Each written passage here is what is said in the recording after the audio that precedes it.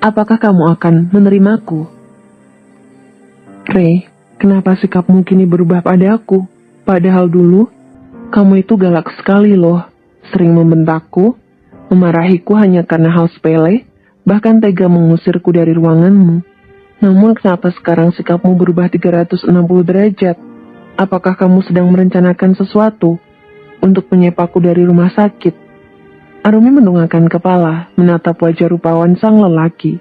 Beratus kali bahkan ribuan kali memandangi keindahan ciptaan Tuhan yang satu ini tidak akan membuat wanita itu bosan. Alih-alih menjawab pertanyaan Arumi, Ryan malah mengusap lembut rambut panjang wanita itu. Dulu aku belum tahu sifatmu yang sebenarnya. Namun, kini aku sudah tahu jika dirimu itu sebenarnya rapuh. Kamu pura-pura tegar di hadapan orang, tetapi di belakang mereka, air matamu mengalir deras bagaikan mata air yang tidak pernah habis. Sikapmu ini mengingatkanku pada Mama Meling, mendiang mamaku yang telah lama meninggal. Di hadapanku dia bersikap tegar, seolah-olah tak terjadi apa-apa. Akan tetapi ketika hari berganti malam, air mata Mama jatuh membasahi kedua pipi. Pernah suatu waktu aku mendengar suara tangisan Mama begitu menyayat hatiku, membuatku ingin sekali menghajar wajah mereka yang tega menyakiti hati Mama. Namun apa daya, saat itu aku masih kecil. Tenagaku belum kuat untuk membalas rasa sakit di hati Mama. Tutur Ryan menjelaskan, mengapa kini sikapnya berubah terhadap Arumi. Sejak kapan kamu tahu kalau aku bukanlah wanita tegar seperti anggapanmu?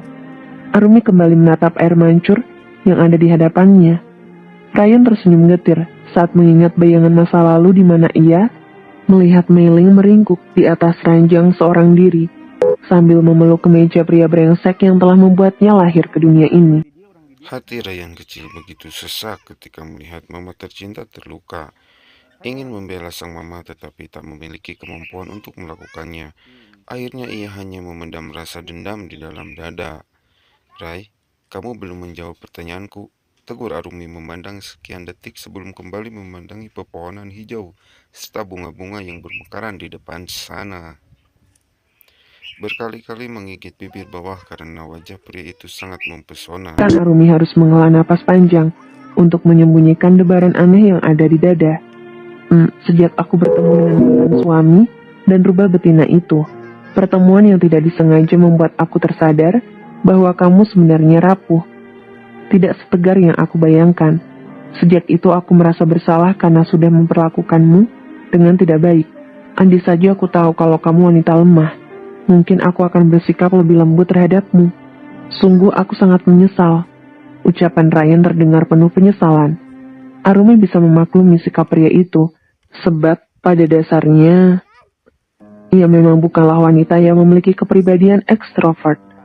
Tipe kepribadian yang mudah bergaul dan lebih menyukai lingkungan interaktif. Wanita itu lebih senang menyendiri serta menyembunyikan perasaannya dari orang lain. Sudahlah, jangan diingat lagi. Aku pun sudah melupakan kejadian itu. Yang penting saat ini, kamu sudah berubah dan bersikap lebih manusiawi terhadapku dibanding sebelumnya. Ia mengulum senyum sambil menggerakkan kaki jenjang yang tercuntai di bawah bangku taman. Wajah dingin namun sangat mempesona melirik ke arah wanita cantik yang mampu membuat gemuruh riuh menghantam di dada. Mahesa itu bodoh karena telah membuang berlian berharga demi batu kali yang tak memiliki jual beli sama sekali. Celetuk Ryan. Pandangan mata masih menatap ke arah Arumi. Aku yakin kelak ia akan menyesal karena sudah menyanyiakan Murumi. Arumi membalas tatapan pria itu. Keduanya saling menatap tanpa berkedip sedikit pun. Percuma saja berharga jikalau aku tidak bisa memberikan keturunan pada pria itu. Aku sama saja tidak memiliki arti apapun di mata Mas Mahes. Meskipun Kayla hanya batu kali, jika ia bisa memberikan keturunan maka akan memiliki nilai di mata keluarga Adiguna. Ryan tertawa terbahak mendengar ucapan Arumi. Ia bukan menertawakan wanita cantik yang duduk di sampingnya, melainkan menertawakan kekonyolan Mahesa beserta mantan mertua Arumi. Apa yang kamu tertawakan? Menertawakan nasib malang yang menimpaku, ujar Arumi sinis. Ia mendengus kesal sambil beringsut menjauhi Ryan. Namun tangan kekar itu menarik lengan Arumi sehingga ia tidak dapat pergi kemana-mana. Aku bukan menertawakan kemalanganmu, bodoh. Rain mencentikkan tangan di kening Arumi. Au, sakit Rey, pekik wanita itu, seraya mengusap keningnya yang terasa sakit. Biarkan saja, aku berharap, semoga dengan cara itu otakmu kembali cair dan dapat digunakan dengan baik. Arumi memutar bola mata jengah sambil mencebikkan bibir. Dasar aneh. Rain merubah posisi duduk. Kini ia menghadap Arumi. Tadi aku menertawakan kebodohan Mahesa, bukan kamu. Dia pikir tolak ukur kebahagiaan seseorang terletak pada atau tidak adanya anak dalam sebuah rumah tangga. Ya memang kehadiran buah hati dalam sebuah keluarga akan semakin mengeratkan cinta antara sang suami istri. Namun jika Tuhan belum berkehendak menitipkan bayi dalam rahim si istri, apa tindakan seorang suami untuk didoakan, dibenarkan dalam kasus ini? Menurutku tidak. Itu bukan alasan tepat untuk membenarkan suatu perselingkuhan. Seharusnya Mahesa bersabar dan terus mendukungmu, membantumu agar tetap optimis dan berusaha membuat hatimu senang, bukan malah selingkuh dan enak-enakan dengan gadis lain, hingga menghasilkan kehidupan lain dalam rahim Kayla. Apapun alasannya, perselingkuhan maupun perzinaan tetap tidak dibenarkan dalam agama manapun. Terdapat banyak agama di negara kita, tidak ada satupun yang membenarkan sebuah perselingkuhan. Aku terkadang heran dengan pasangan di luar sana, banyak yang mengalami nasib sepertimu, dan lagi-lagi kaum Hawa yang disalahkan. Semua orang memandang rendah wanita yang belum juga hamil. Mereka dihina, dicibir, bahkan ada beberapa orang yang tega mengucapkan kata-kata yang kurang pantas untuk diucapkan tanpa memikirkan psikis wanita itu. Sebutan mandul yang disematkan oleh orang lain terhadap wanita yang sudah menikah tetapi tak kunjung hamil akan menimbulkan beban mental para kaum Hawa. Padahal bisa saja si laki-lakinya yang malah mandul. Rain mengangkat bahu dan tangan ke atas. Kita kan belum tahu jika tidak memeriksanya.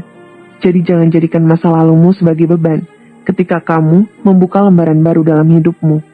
Lepaskan semua beban dalam dada dan tetaplah tersenyum, sebab di luar sana masih banyak orang yang diberikan ujian hidup lebih parah daripada kamu. Ujar Rain panjang lebar. Arumi menghela napas panjang, menganggukkan kepala, sambil mencerna setiap bait kalimat yang diucapkan oleh rekan kerjanya itu. Kamu benar, Rey. Selama ini aku sering menyalahkan diri sendiri, karena belum bisa memberikan keturunan pada suamiku. Hingga perasaanku lebih sensitif setiap kali ada seseorang yang membahas soal kehamilan. Itu sangat wajar terjadi bagi sebagian wanita, akibat beban yang dipikul membuat mereka tidak percaya diri dan cenderung menutup diri dari dunia luar. Di sini peran suami serta keluarga sangat dibutuhkan untuk membantu istri agar tetap optimis dan yakin jika suatu saat Tuhan akan memberikan kesempatan padanya untuk bisa mengandung. Selama kondisi kedua pasangan suami istri sehat, tidak ada yang mungkin di dunia ini. Kalaupun memang si istri maupun suami memiliki penyakit, kan bisa diobati. Yang penting saling memberikan dukungan, itu sudah lebih dari cukup. Rain menggenggam erat tangan Arumi, lalu meletakkannya di dada pria itu. Rumi, seandainya kedekatan kita ini menumbuhkan benih-benih cinta tanpa disadari, apa kamu akan menerimaku sebagai pasanganmu? Di kemudian hari, tanyanya memberanikan diri. Selepas memberikan nasihat panjang lebar pada Arumi, entah mengapa hatinya tergerak untuk mengucapkan kata-kata itu. Ia ingin sekali menghapus kesedihan di dalam diri wanita itu, mengganti semua penderitaan Arumi dengan kebahagiaan. Arumi dan Rain saling pandang, menyelami isi hati masing-masing lewat sebuah tatapan. Kala netra wanita itu menatap secercah harapan di bola mata sang pria. Ia merasakan dadanya sesak dan berdesir dalam waktu bersamaan. Seulas senyum terlukis di wajah tampan Rain, seolah mengatakan lewat tatapan mata, jika ia benar-benar tulus menyayangi Arumi. Dengan bibir gemetar Arumi berkata, apakah kamu tidak malu dengan masa laluku? Apakah kamu bisa bersabar jikalau nanti Tuhan belum juga memberikan keturunan pada kita? Apakah kamu bisa memegang janji suci pernikahan yang diucapkan di hadapan penghulu beserta para saksi jika kita menikah nanti? Apakah kamu... Belum sempat Arumi meneruskan ucapannya, jari telunjuk Rain sudah mendarat sempurna di bibir Arumi. Sergah Rain cepat. Aku tidak keberatan dengan masa lalumu, Rumi. Meskipun nanti Tuhan belum juga memberikan amanah padamu untuk mengandung anakku. Aku tidak akan pernah meninggalkanmu, seperti mantan suamimu itu. Aku akan bersabar hingga waktu itu tiba. Namun jikalau nanti Tuhan memang berkehendak lain, maka aku ikhlas menerima suratan takdir itu. Yang penting kita sudah berusaha dan berdoa. Hati Arumi semakin bergemuruh ketika mendengar penuturan Ryan, yang mengatakan jika pria itu ikhlas menerima suratan takdir jika memang Tuhan tidak juga memberikan keturunan pada mereka. Apakah mungkin pria tampan dengan sejuta pesona bisa bertahan, menjalankan kehidupan rumah tangga tanpa adanya seorang anak yang membuat jiwanya tentram? Ryan menghela napas panjang. Ia mengerti jika memang Arumi belum dapat mempercayai semua ucapannya, sebab luka yang ditorehkan oleh Mahesa begitu dalam sehingga Arumi bersikap lebih waspada dan hati-hati dalam memilih pasangan. Ada banyak cara untuk memiliki keturunan. Kita bisa mengadopsi bayi mungil di sebuah panti asuhan, merawat serta membesarkannya bersama seperti anak kita sendiri. Ryan menangkup wajah Arumi lalu berucap, "Tolong berikan aku kesempatan untuk mengobati luka di dalam hatimu akibat pengkhianatan yang dilakukan oleh pria brengsek itu," tutur Ryan dengan wajah memohon. Ditatap secara intens membuat Arumi gugup. Ia menundukkan wajah karena tidak mampu menahan gejolak dalam dada apabila ditatap sedemikian lekat. "Aku akan memberimu satu kesempatan, Ray. Namun kumohon, jangan sia-siakan kesempatan itu. Sebab jika hati ini sakit untuk kedua kali, mungkin selamanya aku tidak akan pernah lagi membuka hati untuk pria manapun." Ryan menyentuh ujung dagu Arumi menggunakan jari telunjuk dan ibu jari. "Aku akan membuktikan jika pria bodoh dan galak ini memang pantas mendampingi wanita berhati malaikat sepertimu, Arumi." Dua insan berhadapan semakin dekat hingga mereka dapat merasakan deru napas yang semakin memburu. Perlahan Ryan mencondongkan wajah mendekati Arumi yang kini berubah status menjadi kekasihnya. Hingga bibir milik Ryan berhenti, tepat di depan Arumi. Berada dalam jarak yang dekat membuat degup jantung Arumi semakin memompa lebih cepat, bahkan mungkin Ryan dapat mendengar suara debaran jantung tersebut. Sebuah kecupan penuh cinta mendarat di kening Arumi. Bibir milik Ryan terasa hangat ketika menyentuh permukaan wajah wanita itu. "Selama masa penjajakan, kuharap kamu tidak keberatan jika aku mendaratkan sebuah ciuman di kening dan pipimu. Namun bila kita sudah menikah, aku akan meminta lebih daripada ciuman di kening dan pipi," ucap Ryan, seraya mengerlingkan mata, menggoda kekasih tercinta, agar wajah wanita itu semakin memerah karena malu. Sepanjang perjalanan menuju rumah sakit, Ryan selalu mencuri pandang pada wanita cantik yang duduk di sebelahnya. Hati pria itu berbunga-bunga, seolah banyak kupu-kupu yang terbang dan menari indah di udara. Saat mobil yang dikendarai Ryan terjebak lampu merah, ia memanfaatkan kesempatan dengan sebaik mungkin. Dua tangan merangkul setir mobil, mencari posisi nyaman, memandangi kecantikan wanita yang duduk di sebelahnya. "Jangan memandangi wajahku terus. Nanti yang ada baru 1 bulan penjajakan, kamu sudah mulai bosan karena terlalu sering mencuri pandang," tegur Arumi. Ryan terkekeh. "Mana mungkin aku bosan, yang ada aku semakin terpesona oleh kecantikanmu." Meraih jemari lentik milik sang wanita, kemudian mencium punggung tangan Arumi dengan lembut. 100 kali bahkan 1.000.000 kali memandangimu, rasanya tidak cukup bagiku untuk mengukir kecantikan wajahmu di dalam hatiku, Beb. Iya, mulai sekarang aku akan memanggilmu dengan panggilan Beb. Apakah kamu keberatan?" Wanita cantik itu menggelengkan kepala cepat. Wajahnya merah merona, mencoba menatap pemandangan keluar jendela. Ia mengalihkan pandangan agar tak mesti tetap dengan sang pemilik surat menatapnya. "Baiklah, aku tidak keberatan sama sekali, ucap Arumi lagi. Sumpah demi apapun lintasannya, Ryan melompat dan berteriak saat itu kepala Arumi memanggil dirinya dengan sebutan Hani. Meskipun ini kedua kalinya ia mendengar Arumi memanggilnya dengan panggilan Hani, tetapi tetap mampu memporak-porandakan perasaan Ryan dalam sekejap. Lampu hijau sudah menyala. "Cepat, kamu lanjutkan kendaraan." Sebelum mobil ataupun motor di belakang membunyikan klakson berkali-kali, seru Arumi mengingatkan. Dan benar saja, tak berselang lama, kendaraan lain di belakang sana membunyikan klakson berkali-kali, hingga memekikkan gendang telinga. "Brengsek, mereka mengganggu saja," gerutu Ryan seraya menginjak pedal gas. Dr. Firdaus selaku direktur sekaligus pemilik rumah sakit sedang memberikan sambutan di hadapan para mahasiswa keperawatan yang akan melakukan magang di rumah sakit tersebut.